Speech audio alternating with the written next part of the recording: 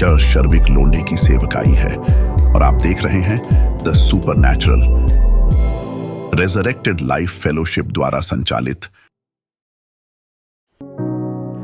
Hello, praise the Lord. आप सभी को जय मसीह की स्वागत है आज के एपिसोड में। और वचन में जाने के पहले क्यों ना हम प्रार्थना करें। धन्यवाद करते हैं पिता परमेश्वर आपकी भलाई और आपकी करुणा के लिए। प्रभु जी, आज के वचन के समय को हम आपके हाथों में सौंपते हैं। राजा, आप हमसे बात करें, हमारे दिलों को खोलें ताकि हम आपके वचन की सच्चाई को समझ पाए, सही से ग्रहण कर पाए संपूर्णता में प्रभु जी, और आने वाले समय में आपके राज्य के लिए इस्तेमाल होने पाए। सारा आदर, गौरव, महिमा, प्रशंसा केवल आपके नाम को देते हैं राजा।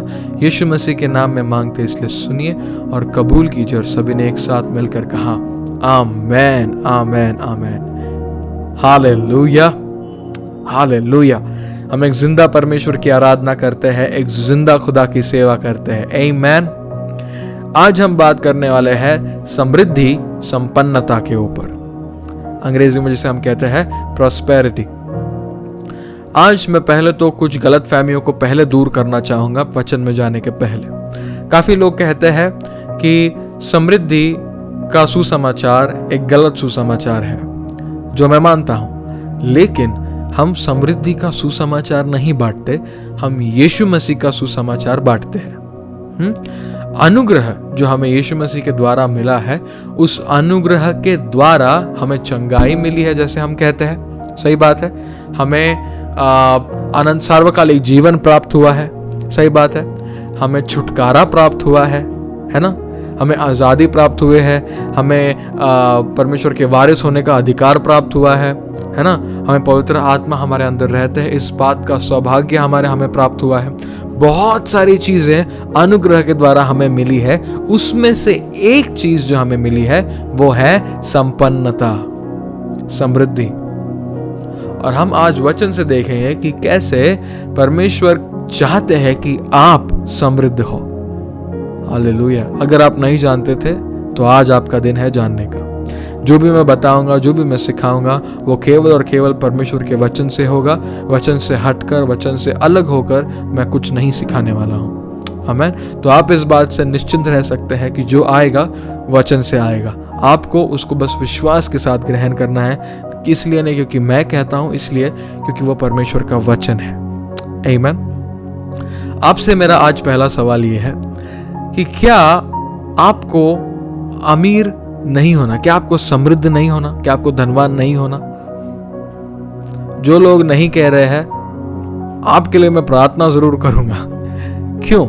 अगर हमें धनवान नहीं होना है, अगर हमें एक अच्छा जीवन इस पृथ्वी पर नहीं जीना है, तो क्या करें? क्या हम फिर हम क्यों काम के लिए जाते हैं? क्यों हम अच्छी नौकरी के लिए प्रार्थना करते हैं? हम क्यों कहते हैं कि पास्टर जी प्लीज प्रार्थना करिएगा कि मेरा व्यवसाय अच्छे से चले? क्यों? अगर हमें धनवान नहीं होना तो हम एक अच्छे काम के जगह पर या फिर एक अच्छे व्यवसाय को हम क्यों चाहते हैं? व्यवसाय बुरा ही चले, काम भी बुरा चले, प्रमोशन ही ना मिले। क्यों? क्योंकि हमें धनवान नहीं बनना। क्यों? हमें लगता है कि पैसे से प्यार करना गलत है, जो कि सच बात है। पैसे से प्यार करना गलत है, हमें यीशु मसीह से प्यार करना है। लेकिन क्योंकि आप प्रभु से प्रेम करते हैं, उसके अनुग्रह के द्वारा आपको समृद्धि प्राप्त हो चुकी है। और ये मैं नहीं, परमेश्वर का वचन कहता है। मेरे साथ आप अपने पवित्र शास्त्र को खोलें। दूसरे कोरिन्थियों 8:9। दूसरे कोरिन्थियों 8वां अध्याय 9वां वचन। यहाँ पे वचन क्या कहता है? तुम हमारे प्रभु यीशु मसीह का अनुग्रह जानते हो कि वह धनी होकर भी तुम्हारे लिए कंगाल बनाया गया, ताकि उसके कंगाल हो जाने से तुम धनी हो जाओ। अब मैं वापस पूछूंगा, कितने लोग धनी होना चाहते हैं? आप धनी हो सको इसलिए यीशु मसीह खुद गरीब हुए धनी होकर।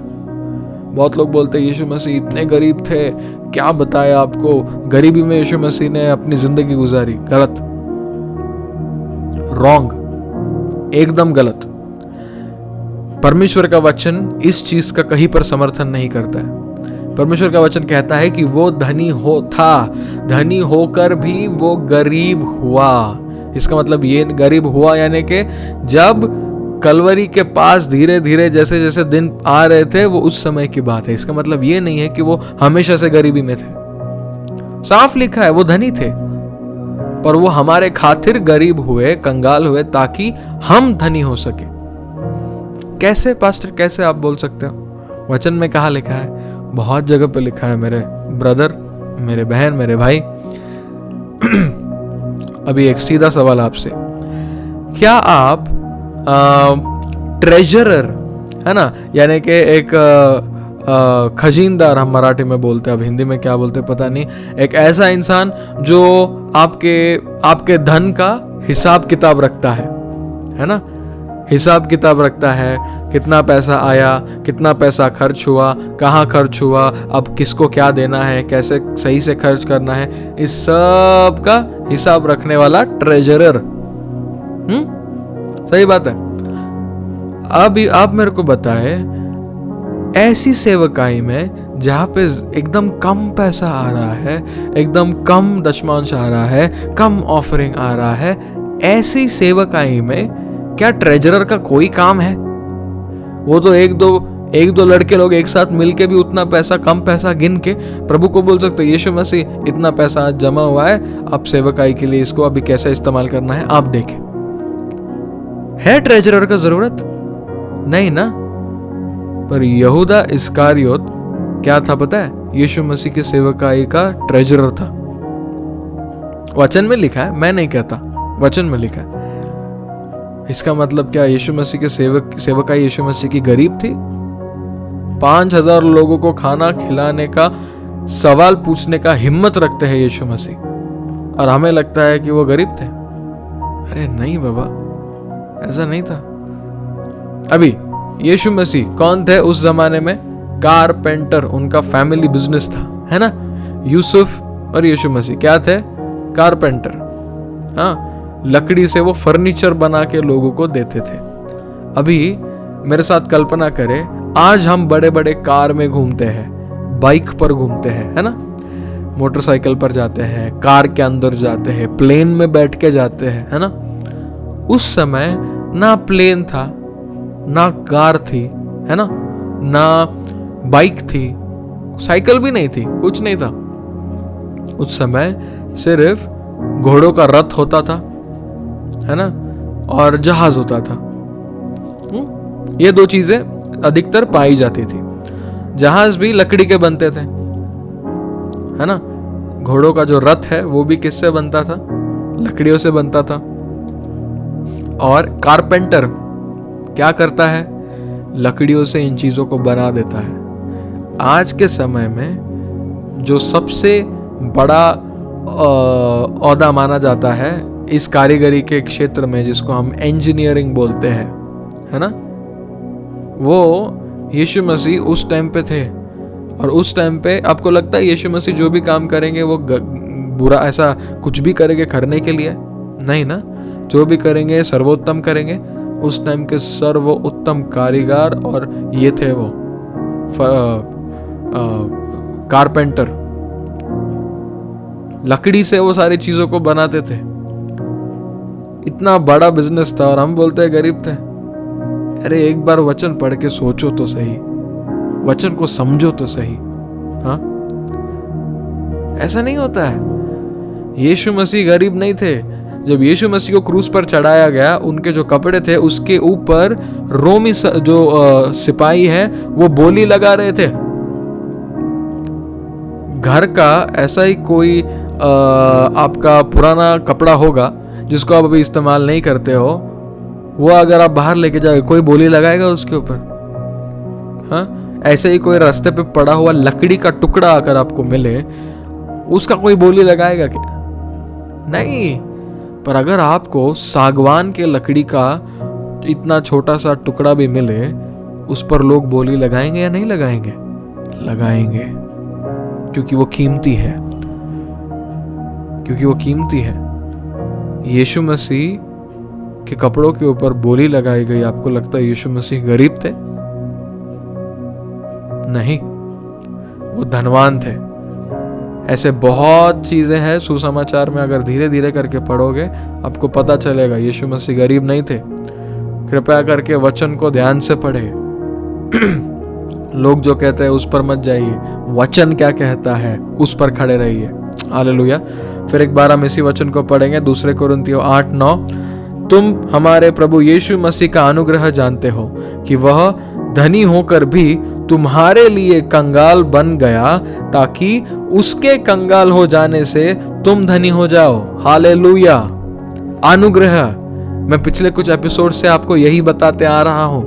क्यों आपको यही बताते आ रहा हूं? क्योंकि अनुग्रह में एक बहुत बड़ा क्रूस, कलवरी के क्रूस पर लेन देन हुआ है ना।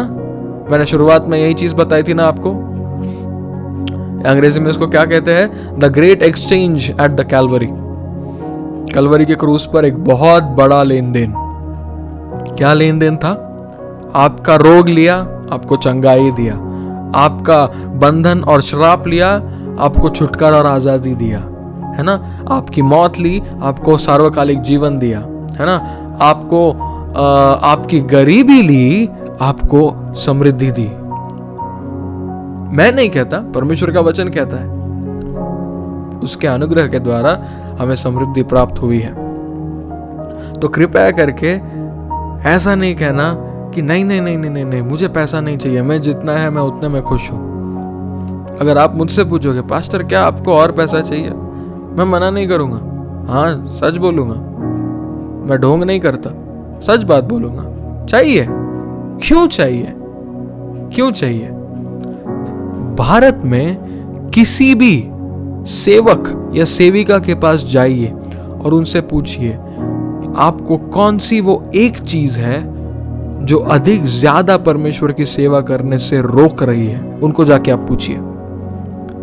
कोई भी आपको ये नहीं बोलेगा कि मेरे पास अभिषेक की कमी है, वरदान की कमी है, हाँ, प्रभु की आवाज नहीं सुन पा रहा हूं। ये सब नहीं सुनने मिलेगा आपको।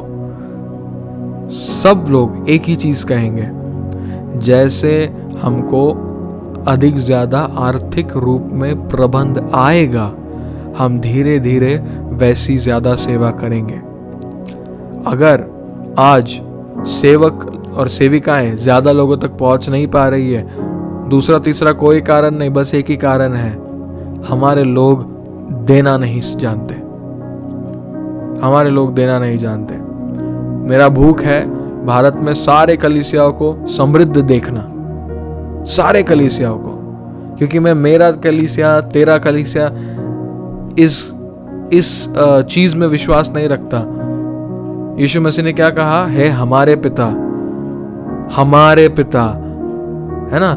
ये एक राज्य है और ये अलग अलग कलीसिया, एक घर के अलग अलग कमरे हैं, सही बात है, पर घर एक है, राज्य एक है। इसलिए मैं मेरे कलीसिया की नहीं, मैं बोल रहा हूं भारत के सारे कलीसियाओं को मैं समृद्ध देखना चाहता हूं, भरपूरी से भरे हुए देखना चाहता हूं। क्यों? क्योंकि हमारा परमेश्वर एक महान परमेश्वर है यार, वो एक बड़ा परमेश्वर है। कब तक हम एक बार, मैं बता रहा हूं, एक बार भारतीय पासबानों के जीवन से आप आर्थिक रूप का बोझ हटा के देखिए, वो पासबान कैसा सेवा करता है, करके देखिए, है ना। समृद्धि गलत नहीं है, वो अनुग्रह के द्वारा मिली हुई एक ऐसी चीज है, चंगाई, उद्धार और बाकी चीजों की तरह मिली हुई, और वो एक चीज है जो अनुग्रह के द्वारा मिली है। सारे के सारे लोग कहते हैं कि आप देखिए उस समय पौलुस और बाकी सारे लोगों ने कितने गरीबी में सेवकाई की। आज के प्रचारकों को देखो प्लेन में घूमते हैं, आज के प्रचारकों को देखो गाड़ी में घूमते हैं, नया गाड़ी में घूमते हैं। अरे यीशु मसीह ने चेलों को क्या कहा याद है ना? जाके गधा लेके आओ, लेकिन ऐसा गधा लेके आओ जिसके ऊपर कभी कोई बैठा ना हो। आज की भाषा में ऐसा गाड़ी लेके आओ, नया गाड़ी, सेकेंड हैंड गाड़ी नहीं चाहिए, नया गाड़ी लेके आओ, है ना। कहने का क्या मतलब है? उस टाइम पे तो गाड़ी नहीं थी, घोड़ा और गधा यही दो माध्यम थे आने जाने के, है ना। ज्यादा से ज्यादा घोड़ों के रथ और जहाज, उसके अलावा कुछ नहीं था। एक ऐसा गधा लेके आओ, प्रभु ने कहा, जिसके ऊपर कभी कोई पहले बैठा ना हो, नया गाड़ी। लोग कहते हैं कि आप प्लेन में क्यों जाते हो, अलग अलग शहरों में प्रचार करने के लिए प्लेन में क्यों जाते हो? यीशु मसीह गधे पे गए थे। एक बहुत ही परमेश्वर के बड़े सेवक है जिनको मैं बहुत आदर करता हूँ, प्रेम करता हूँ, और नाम नहीं लूँगा, बट मैं उनको दिल से बहुत चाहता हूँ। तो उनको किसी ने बोला था कि आप प्लेन से क्यों जाते हैं, यीशु मसीह गधे पे गया। उन्होंने कहा, ऐसा गधा ला के दो जो अमेरिका और लंदन उड़ के जाएगा समंदर पार करके, मैं उस गधे पे जाके बैठ के जाऊंगा, नहीं चाहिए प्लेन। सही तो बात है ना। बेकार बात करते लोग।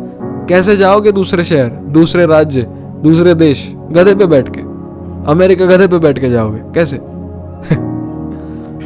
नहीं, ऐसे नहीं होता है। परमेश्वर के राज्य में पौलुस और बाकी के प्रेरित कभी भी गरीबी में सेवा नहीं किए। कमी कभी कभी थी, मैं नहीं कह रहा हूं, लेकिन इसका मतलब ये नहीं है कि लोगों ने नहीं दिया। परमेश्वर का वचन कहता है कि प्रेरितों के पैरों के पास लोगों ने, प्रजा ने अपने सारे वस्तुओं, जमीन जायदाद को बेचकर वो पैसा प्रेरितों के पैरों के पास रखा और कहा कि आप लोग इसका इस्तेमाल करो। प्रेरितों को इस हद तक, उनको एक हद तक आकर बोलना पड़ा कि बस और मत दो, लोग इतना दे रहे थे। ये परमेश्वर के राज्य की सच्चाई है कलीसिया। ये बस भारतीय कलीसियाओं को समृद्ध होने की बात नहीं है। मैं ये नहीं कह रहा हूं कि आप मुझे दो, मैं कह रहा हूं जो भी सेवक आई है, जो भी सेवक आपसे आके मिलता है, उसको कभी भी खाली हाथ मत भेजना। क्यों? क्योंकि जब आप दोगे आपको दिया जाएगा। जब आप दोगे परमेश्वर के भवन में आपको दिया जाएगा, आप समृद्ध होगे, आप संपन्न होगे। ये मैं नहीं कहता, परमेश्वर का वचन कहता है। जैसे परमेश्वर का वचन कहता है कि यीशु मसीह के मार खाने से आप चंगे हुए हो, वैसे ही ये भी कहता है। तो हम उसमें विश्वास कर सकते हैं, इसमें क्यों नहीं? सोचने का तरीका बदलना है। आज तक शायद आप कुछ एक चीज पकड़ के चल रहे थे, पर अब कुछ सही चीज और एक अलग चीज वचन के अनुसार चलने का लेकर समय आ गया है। अगले वचन में जाएंगे मेरे साथ। नीति वचन को खोले, नीति वचन उसका 10वां अध्याय और 22वां वचन। नीति वचन 10:22 क्या लिखा है? धन यहोवा की आशीष ही से मिलता है और वह उसके साथ दुख नहीं मिलाता। लोग क्या बोलते हैं? ज्यादा पैसा होना अच्छा बात नहीं है, ज्यादा पैसा होना अच्छा बात नहीं है। क्यों? आदमी फिर भी निराश होता है, आदमी फिर भी दुखी होता है। हाँ, इतने बड़े गाड़ी में घूमेगा आदमी, फिर भी रोएगा, क्या फायदा? चलेगा, मैं गाड़ी के अंदर बैठ के एसी चला के रोऊंगा, कोई बात नहीं। परमेश्वर का वचन कहता है कि धन की आशीष परमेश्वर की ओर से आती है और वो उसके साथ किसी भी प्रकार की बुरी बात को नहीं जोड़ता है, कमी को नहीं जोड़ता है। फिर एक बार पढ़ेंगे वैसा का वैसा। क्या लिखा है? धन यहोवा की आशीष ही से मिलता है और वह उसके साथ दुख नहीं मिलाता। ज्यादा पैसा होगा तो जिंदगी मुश्किल हो जाता है, ठीक है, ये बात दुनिया कहती है। परमेश्वर का वचन तो कुछ और ही कह रहा है यार। परमेश्वर का वचन कहता है कि परमेश्वर की ओर से धन की आशीष मिलती है और वो उसके साथ दुख नहीं मिलाता। मतलब आपको दुख नहीं होगा जब वो धन परमेश्वर की ओर से आएगा। तो डरना बंद करिए। किस बात के लिए हम डर रहे हैं? हम परमेश्वर की संतान हैं। हालेलुया, वाह। आगे पढ़ेंगे, अब अगले वचन की ओर बढ़ेंगे। अपने पवित्र शास्त्र को खोले, इब्रानियों 13:5। इब्रानियों 13:5। यहां पे वचन क्या कहता है? तुम्हारा स्वभाव लोभ रहित हो और जो तुम्हारे पास है उसी पर संतोष करो। हाँ, क्योंकि उसने आप ही कहा है, मैं तुझे कभी ना छोड़ूंगा और कभी ना त्यागूंगा। कहने का मतलब क्या है? आपका स्वभाव लोभ रहित हो, मतलब लोभ के पीछे भागने वाला नहीं रहना चाहिए आपका स्वभाव। और आगे क्या लिखा है, क्योंकि प्रभु ने कहा है वो आपको कभी छोड़ेगा नहीं, त्यागेगा नहीं। इसका क्या मतलब है? लोभ मतलब धन पर, पैसों पर लोभित ना रहे। पैसों के बारे में दिन रात पैसा पैसा नहीं करना हमको। हमारा जो सारा देखभाल है, हमारा जो हर चीज में जो है प्रोविजन, जिसको अंग्रेजी में बोलते हैं प्रोविजन, है ना, वो परमेश्वर की ओर से आता है। आपकी हर चीज के लिए परमेश्वर आपको चीजें देता है, पैसा नहीं देता है। हम पैसे से प्रेम नहीं करते। समृद्ध होना मतलब पैसे से प्रेम रखना नहीं है। समृद्ध होना मतलब परमेश्वर से प्रेम करना, और जब आप परमेश्वर से प्रेम करते हो और जब समृद्ध होते हो, उस समृद्धि का आप परमेश्वर के राज्य के लिए इस्तेमाल करते हो, खुद के लिए नहीं। जी, मैं ऐसे सेवकों को जानता हूं, वो इतना देते हैं, परमेश्वर उन्हें इतना देता है कि उनकी सेवकाई उनको नहीं सपोर्ट करती, वो उनके सेवकाई को सपोर्ट करते हैं, और सैलरी भी नहीं लेते कलीसिया से। क्यों? देना जानते हैं, देना जानते हैं। समृद्धि परमेश्वर से है, उसको बुरा नहीं कहना। परमेश्वर का वचन कहता है कि यीशु मसीह धनवान होके गरीब हुआ ताकि आप धनवान हो सको, और हम उसी को क्या कह रहे हैं? नहीं नहीं नहीं, नहीं चाहिए, धनवान नहीं होना हमको, हम हैं उतने में खुश है, हम नम्र है। इसको नम्रता नहीं कहते मेरे भाई। अगर इतनी नम्रता है तो पैसे ही मत कमाओ। बेस्ट, पैसे ही नहीं कमाते, हम सब घर में बैठ जाएंगे। ऐसा नहीं होता है। ढोंगी न बने, सबको समृद्ध होना है। क्यों? हमें परमेश्वर के राज्य के लिए खड़ा होना है। यीशु मसीह का सुसमाचार मूल्य के साथ नहीं आता है, मतलब फ्री है, मुफ्त है, लेकिन उस सुसमाचार को लोगों तक पहुंचाने के लिए पैसा लगता है। आप जो टीवी चैनल देख रहे हो, वो आप तक आने के लिए लोगों ने बहुत श्रम ली है, पैसा खर्च किया है, तो आप तक पहुंच पा रहे हैं। हाँ, ये सच बात है, ये दुनिया का सच है। और जिस दुनिया को परमेश्वर ने बनाया, वो परमेश्वर आपका पिता है, और आप कहते हैं उसी दुनिया का धन आपके पास नहीं होना चाहिए। जियोगे कैसे? परमेश्वर का काम करोगे कैसे? लोगों तक पहुंचोगे कैसे? गलत शिक्षा में ना जाए। परमेश्वर का वचन क्या कहता है, उस हिसाब से आगे बढ़े। आमीन। अगले वचन की ओर जाएंगे। दूसरे कोरिन्थियों 9:8। दूसरे कोरिन्थियों 9:8 क्या कहता है परमेश्वर का वचन यहाँ पे?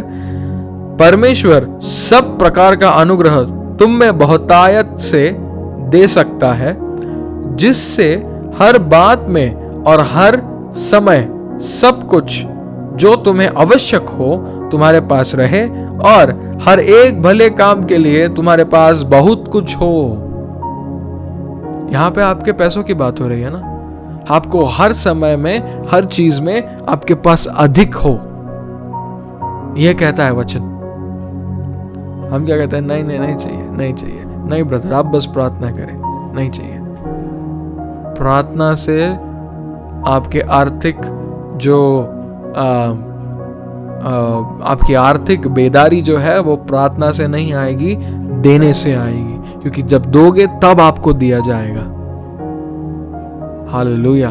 समृद्धि आपके लिए है, पर उस समृद्धि का अनुभव करने के लिए आपको देना शुरुआत करना है। कलीसिया खुले हर्षित हृदय से, कुड़कुड़ा कर नहीं, दबाव में भी नहीं, उससे अच्छा दो ही मत। पर अगर देना है, खुशी से, हर्षित हृदय से दे, क्योंकि परमेश्वर जो हर्षित हृदय से देता है उससे प्रेम रखता है। हालेलुया। आगे देखेंगे, अगला आखिरी वचन पढ़ेंगे और फिर मैं शायद समाप्त करूंगा। नहमाया की किताब, उसका 2 अध्याय 20वां वचन। नहम्या 2:20। तब मैंने उनको उत्तर देकर उनसे कहा, स्वर्ग का परमेश्वर हमारा काम सफल करेगा, इसलिए हम उसके दास कमर बांध कर बनाएंगे, परंतु यरूशलेम में तुम्हारा न तो कोई भाग, न हक और न स्मारक है। शुरुआत में क्या लिखा? तब उनको उत्तर देकर क्या कहा उसने? स्वर्ग का परमेश्वर हमारा काम सफल करेगा। अंग्रेजी में क्या लिखा है पता है? The Lord will give us prosperity, he will prosper, यानी कि परमेश्वर हमें समृद्ध करेगा और सफल करेगा। परमेश्वर की ओर से समृद्धि आती है। और अगर आप एक सच बात बताऊं आपको, आप मेरे बस एक सवाल का जवाब दीजिए। शत्रु शैतान आपसे बहुत द्वेष करता है, सही बात है? वो आपसे नफरत करता है ना? तो वो अगर पैसा आपके लिए बुरा है तो वो आपको करोड़ों में पैसे क्यों नहीं दे रहा है? सोचिए जरा। अगर आप पैसे धनवान होने से नरक जाओगे तो शत्रु जैसे आपको दूसरे पाप करने के लिए उकसाता है, वैसे वो आपको करोड़ों का धन क्यों नहीं दे देता है? तुरंत नरक चले जाओगे, क्यों नहीं देता है? सोचिए। परमेश्वर के वचन को अपने हिसाब से नहीं समझना, जैसा है वैसा समझिएगा। हालेलुया। परमेश्वर की इच्छा है कि आप समृद्ध रहे, संपन्न रहे, भरपूरी में अपने जीवन को जिए, गलत शिक्षा में ना जाए, वचन के अनुसार चले। हालेलुया। अगर आप हमारे पार्टनर बनना चाहते हैं, प्रार्थना करने के बाद आपकी स्क्रीन के ऊपर आपके पार्टनरशिप की डिटेल्स आ जाएंगी, ताकि आपके देने के द्वारा, आपके पार्टनरशिप के द्वारा, साझेदारी के द्वारा हम और हजारों लोगों तक आप जैसे परमेश्वर के वचन को लेकर पहुंच पाएंगे। क्यों ना हम प्रार्थना करें। धन्यवाद करते हैं पिता परमेश्वर, आपकी भलाई के लिए इन सारे लोगों को आपके हाथों में सौंपते हैं। प्रभु जी, इनको देने का दिल दीजिएगा, हृदय दीजिएगा, ताकि आने वाले समय में प्रभु जी वो जितना देंगे अधिक ज़्यादा मात्रा में उन्हें दिया जाएगा, और वो सिर्फ और सिर्फ समृद्ध होंगे, संपन्न होंगे, बढ़ेंगे और आपके राज्य में अद्भुत कार्य को करेंगे। धन्यवाद करते हैं प्रभु जी, यीशु मसीह के नाम में प्रार्थना करते हैं, इसलिए सुनिए पिता। आमेन, आमेन, हालेलुया।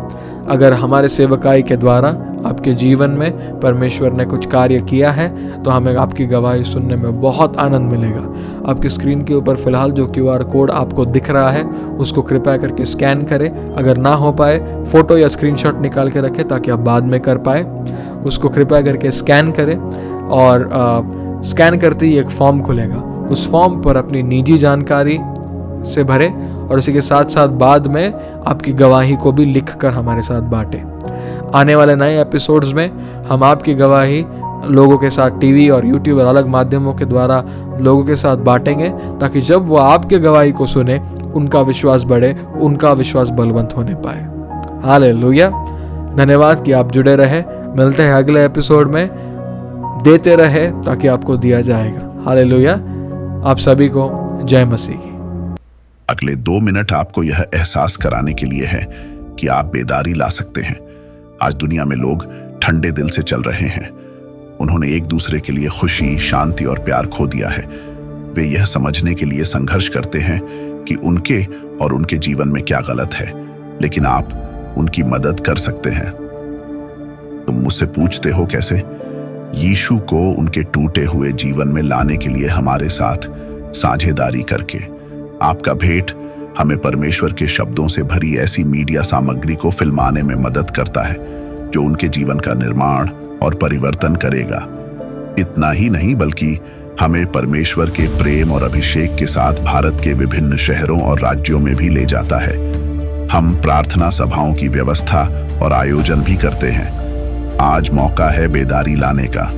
आज हमारे साथ भागीदार बने और बेदारी जनक बने।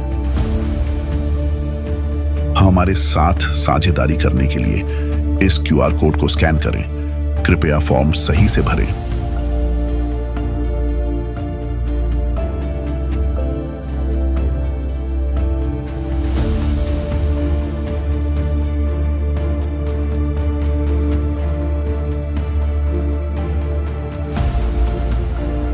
और हमारे सोशल मीडिया प्लेटफॉर्म जैसे WhatsApp, Instagram और YouTube पर हमसे जुड़ने के लिए नीचे दिए गए कोड को स्कैन करें और सुनिश्चित करें कि आप हमें फॉलो करते हैं।